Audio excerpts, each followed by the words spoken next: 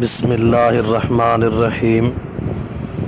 ایک مسئلہ پوچھا گیا کہ اگر فرائض نماز کی آخری 2 رکعتوں میں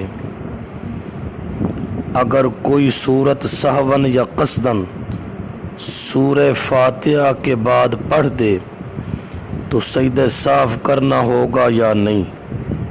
نماز 4 رکعت والی ہے یا 3 رکعت والی ہے؟ تیسری، چوتھی یا تیسری رکعت میں اگر سورہ فاتحہ کے بعد سورت پڑھ لی تو اس سے سجدہ صاف لازم نہیں آتا۔